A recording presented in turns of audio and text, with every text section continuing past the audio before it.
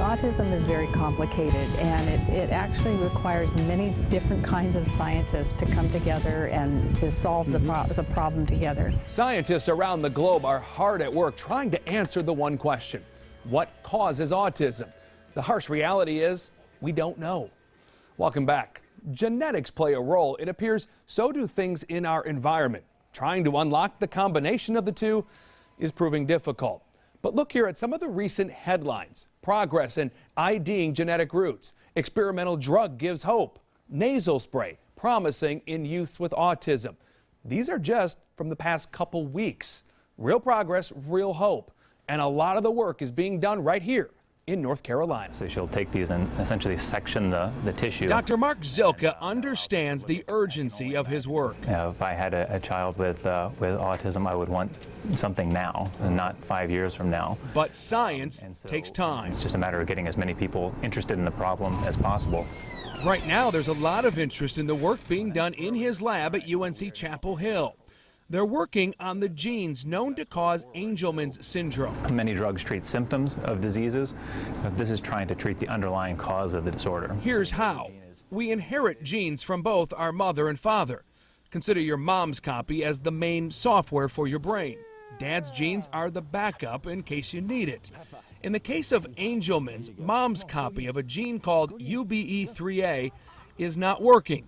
And for some reason, Dad's backup copy won't kick in. It remains dormant. But now, by using mouse models, researchers found a drug used to treat lung cancer turns the silenced gene on. So it really was an aha moment. Come on! The drug, though, has big side effects. The next steps include trying to figure out which compounds are doing the trick, with the hope of eventually seeing if they'll work in humans. These findings have been accelerating at a dramatic pace, and I really do think a lot of it has to do with increased funding and increased awareness. We want to take you across campus now.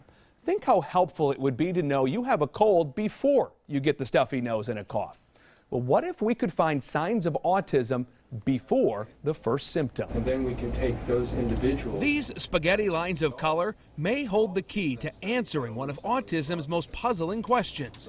When? We think that sometime the end of the first year, the beginning of the second year, kids are starting to look like they have autism. Dr. Joe Piven has spent the past several years trying to figure out if we can detect changes in the brain before we see changes in behavior. Just theoretically, if we get there before the brain changes actually occur, perhaps we can prevent those sorts of changes. This is a composite of hundreds of brain scans.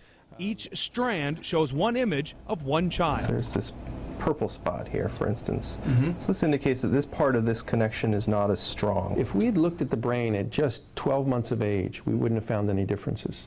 But when we look at 6 months, 12 months, and 24 months, that's when we find the differences. Also encouraging, the research shows young brains go through lots of changes, which leads to lots of possibilities. It's not certain who goes on to develop autism, but that kids kind of go in and out. And so that suggests that maybe there's more plasticity and more for us to work with.